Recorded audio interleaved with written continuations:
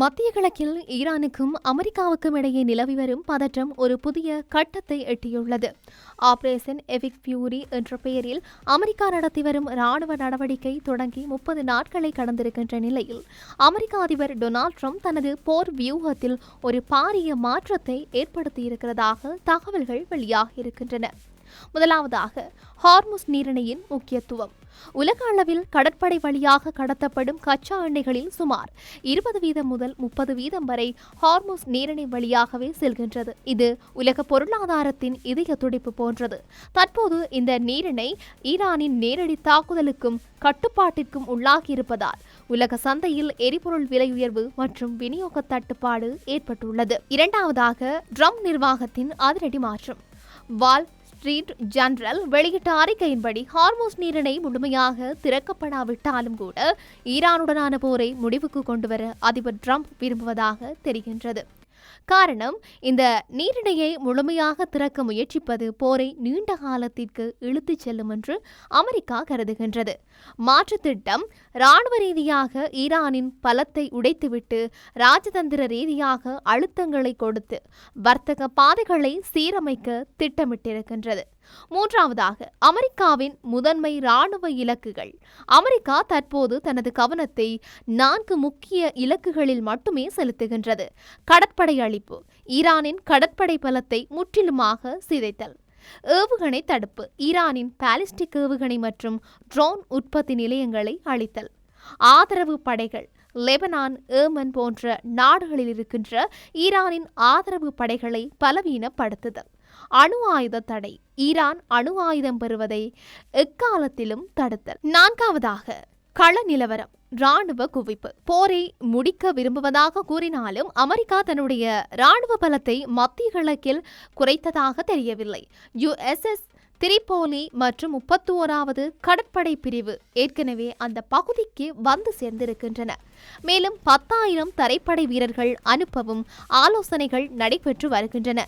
இது அமெரிக்காவின் இரட்டை நிலைப்பாட்டை காட்டுகின்றது.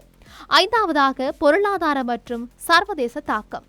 ஹார்முஸ் நீரிணை மூடப்பட்டிருப்பது அமெரிக்காவை விடவும் அதன் ஐரோப்பிய மற்றும் ஆசிய நட்பு நாடுகளுக்கே அதிக பாதிப்பை ஏற்படுத்துகின்றது. உரங்கள் மற்றும் ஹீலியம் போன்ற அத்தியாவசிய பொருட்களின் விநியோக சங்கிலி ஏற்கனவே பாதிக்கப்பட்டுள்ளது. அமெரிக்கா பின்வாங்கினால் இந்த நீரிணையை திறக்கும் பொறுப்பை ஐரோப்பிய நாடுகள் மற்றும் வளைகுடா நாடுகள் ஏற்க வேண்டிய கட்டாயம் ஏற்படும். ஆறாவதாக தற்போதைய நிலவரம். அமெரிக்க வெள்ளை மாளிகையின் தகவலின்படி போரின் 30வது நாளில் இலக்குகளை எட்டி வருவதாக கூறப்படுகின்றது. இருப்பினும் ஈரான் தொடர்ந்து தனது தாக்குதல்களை நிறுத்த தயாராக இல்லை. அமெரிக்கா ராஜதந்திர பேச்சுவார்த்தைகள் மூலம் 20க்கும் மேற்பட்ட எண்ணெய் டேங்கர்களை விடுவிக்க நடவடிக்கை எடுத்திருக்கின்றது.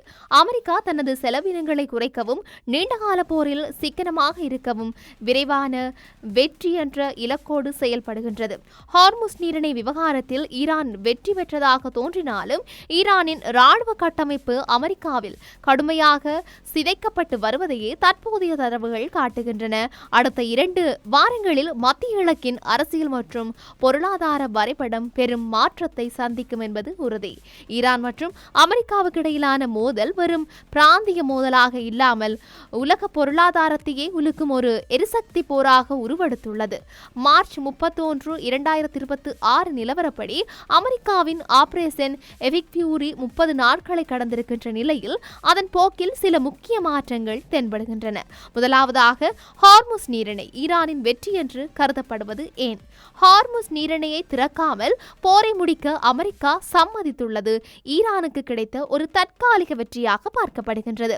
தடைப்பட்ட வர்த்தகம். உலக எண்ணெய் விநியோகத்தில் 20% இந்த பாதை வழியாக நடக்கின்றது. ஈரான் இதனை தனது கட்டுப்பாட்டில் வைத்திருப்பதன் மூலம் உலக நாடுகளுக்கு, குறிப்பாக ஐரோப்பாவிற்கு அழுத்தம் கொடுக்கின்றது. பொருளாதார ஆயுதம். உரங்கள் மற்றும் ஹீலியம் போன்ற அத்தியாவசிய பொருட்களின் தட்டுப்பாடு உலக அளவில் விலையேற்றத்தை உருவாக்கியிருக்கின்றது. இரண்டாவதாக அமெரிக்காவின் இரட்டை தடம் வியூகம். அதிபர் ட்ரம்ப் தற்போது 2 மாறுபட்ட பாதைகளில் காய்களை நகர்த்தி வருகின்றார். ராஜதந்திர பாதை. ஈரானுடன் நேரடி மற்றும் மறைமுக பேச்சுவார்த்தைகள் மூலம் 20க்கும் மேற்பட்ட எண்ணெய் டாங்கர்களை விடுவிக்க நடவடிக்கை எடுக்கப்பட்டுள்ளது. இது மோதலை குறைப்பதற்கான ஒரு முயற்சியாகும். இராணுவ பாதை. பேச்சுவார்த்தைகள் ஒருபுறம் நடந்தாலும் மத்திய கிழக்கில் அமெரிக்காவின் ராணுவ குவிப்பு குறையவில்லை. USS திரிபோலி மற்றும் 82வது வான்வெளி படை ஆகிய பிரிவுகள் தயார் நிலையில் வைக்கப்பட்டிருக்கின்றன. மூன்றாவதாக, மாற்றப்பட்ட ராணுவ இலக்குகள். ஆரம்பத்தில் ஹார்முஸ் நீரிணையை திறப்பதே முதன்மை இலக்காக இருந்தது. ஆனால் தற்போது அந்த இலக்கு மாற்றப்பட்டு ஈரானின் வேர்களை அறுப்பதில் அமெரிக்கா கவனம் செலுத்துகின்றது. ஏவுகணை தளம் சிதைப்பு. ஈரானின் பாலிஸ்டிக் ஏவுகணை மற்றும் ட்ரோன் உற்பத்தி கட்டமைப்புகளை துல்லியமாக தாக்கியளித்தல். கடற்படை பலவீனம். ஈரானிய கடற்படையின் தாக்குதல் திறனை முற்றிலுமாக முடக்குதல். அணு ஆயுத தடுப்பு. ஈரானின் அணுசக்தி திட்டங்கள் ராணுவ ரீதியாக பயன்படுத்தப்படுவதை தடுப்பு. நான்காவதாக, நிபுணர்களின் எச்சரிக்கை மற்றும் எதிர்காலம். புரோக்கிங் இன்ஸ்டிடியூஷன் போன்ற அமைப்புகளைச் சேர்ந்த நிபுணர்கள் நீரிணையை திறக்காமல் அமெரிக்கா பின்வாங்கினால் இது இஸ்ரேல் மற்றும் பிற வளைகுடா நாடுகளுக்கு பெரும் அச்சுறுத்தலாக அமையும் என்று எச்சரிக்கின்றனர். அமெரிக்கா பின்வாங்கும் பட்சத்தில் அந்த பொறுப்பை வளைகுடா நாடுகளே ஏற்க வேண்டிய சூழல் உருவாகும். முக்கிய தரவுகள் ஒரு பார்வையில். அம்சம் தற்போதைய நிலை. மார்ச் 2026. நடவடிக்கையின் பெயர் ஆபரேஷன் எபிக் ஃபியூரி. கடந்துள்ள நாட்கள் 30 நாட்கள். திட்டமிடப்பட்டது 4 தொடக்கம் 6 வாரங்கள். கூடுதல் படைகள் 10,000 தரைப்படை வீரர்கள் ஆலோசனையில் இருக்கின்றது. பொருளாதார தாக்கம். உலக எண்ணெய் விநியோகத்தில் 20% பாதிப்பு. முக்கிய போர்க்கப்பல் USS திரிபோலி. அமெரிக்கா ஒரு நீண்டகால போரை தவிர்க்க விரும்புகின்றது. அதே சமயம் ஈரானின் ராணுவ வலிமையை முழுமையாக சிதைப்பதன் மூலம் எதிர்காலத்தில் அந்த நாடு ஒரு பெரிய அச்சுறுத்தலாக மாறாமல் இருக்க முற்படுகின்றது. அடுத்த 15 நாட்களில் ஆபரேஷன் எபிக் ஃபியூரி நிறைவடையும் போது மத்திய கிழக்கின் புதிய அதிகார மையம் யார் என்பது தெளிவாகும். மத்திய கிழக்கில் தற்போது அரங்கேறி வரும் ஆபரேஷன் எபிக் ஃபியூரி என்பது வெறும் இரு நாடுகளுக்கிடையிலான போர் மட்டுமல்ல, அது உலகளாவிய அதிகார பரவலாக்கலில் ஏற்பட போகும் ஒரு பெரும் மாற்றத்தின் தொடக்கம். வியூகங்களின் மோதல். ஒருபுறம் ஹார்முஸ் நீரிணையை தனது பிடிக்குள் வைத்திருப்பதன் மூலம் ஈரான் உலக பொருளாதாரத்தையே அச்சுறுத்தும் ஒரு வலிமையான புவிசார் அரசியல் நகர்வை மேற்கொண்டுள்ளது. மறுபுறம் நீண்டகால போரை தவிர்த்து ஈரானின் ராணுவ முதுகெலும்பான ஏவுகணை மற்றும் கடற்படை கட்டமைப்புகளை சிதைப்பதன் மூலம் அந்த நாட்டின் அச்சுறுத்தலை நிரந்தரமாக முடக்க அமெரிக்கா தனது இரட்டை தடம் வியூகத்தை பயன்படுத்துகின்றது. இதில் முக்கிய சவால்களாக பொருளாதார நெருக்கடி. ஹார்முஸ் நீரிணை தொடர்ந்து முடக்கப்பட்டால் அது வளரும் நாடுகளின் எரிசக்தி தேவையில் பெரும் பாதிப்பை ஏற்படுத்தும். ராஜதந்திர வெற்றி. அமெரிக்கா தனது இலக்குகளை எட்டியதாக கூறிக்கொண்டு பின்வாங்கினாலும் நீரிணை திறக்கப்படாவிட்டால் அது சர்வதேச அளவில் அமெரிக்காவின் பிம்பத்திற்கு ஒரு சவாலாகவே அமையும். பிராந்திய பாதுகாப்பு. ஈரான் பலவீனமடைந்தால் அது மத்திய கிழக்கில் இஸ்ரேல் மற்றும் வளைகுடா நாடுகளின் பாதுகாப்பு சூழலில் ஒரு புதிய சமநிலையை உருவாக்கும். சுருக்கமாக, அடுத்த சில வாரங்கள் உலக வரலாற்றில் மிக முக்கியமானவை. அதிபர் டிரம்பின் 4 முதல் 6 வார காலக்கெடு முடிவுக்கு வரும்போது மத்திய கிழக்கு ஒரு புதிய அமைதியை நோக்கி திரும்புமா அல்லது இன்னும் ஒரு பாரிய மோதலுக்குள் தள்ளப்படுமா என்பது தீர்மானிக்கப்படும். ஈரானின் நிலவியல் சாதகமும் அமெரிக்காவின் தொழில்நுட்ப ராணுவ வலிமையும் மோதிக்கொள்ளும் இந்த சதுரங்க வேட்டையில் இறுதி வெற்றி யாருடையது என்பதை உலக பொருளாதாரத்தின் ஸ்திரத்தன்மையை தீர்மானிக்கும். மத்திய கிழக்கில் தற்போது அரங்கேறி வரும் இந்த ராணுவ மற்றும் ராஜதந்திர மோதலானது வெறும் இரு நாடுகளுக்கு இடையிலான எல்லை போர் அல்ல.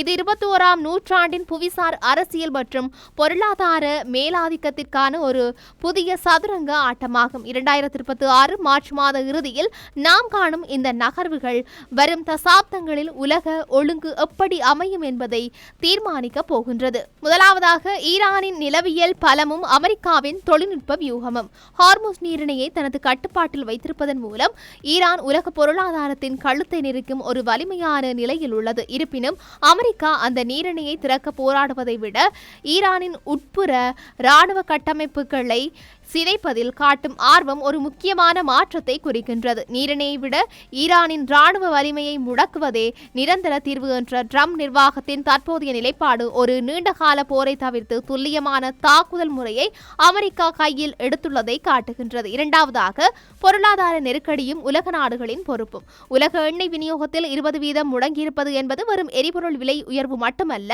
அது உரங்கள், ஜீலியம் போன்ற அத்தியாவசிய பொருட்களின் தட்டுப்பாட்டின் மூலம் உலக உணவு பாதுகாப்பையே அச்சுறுத்துகின்றது.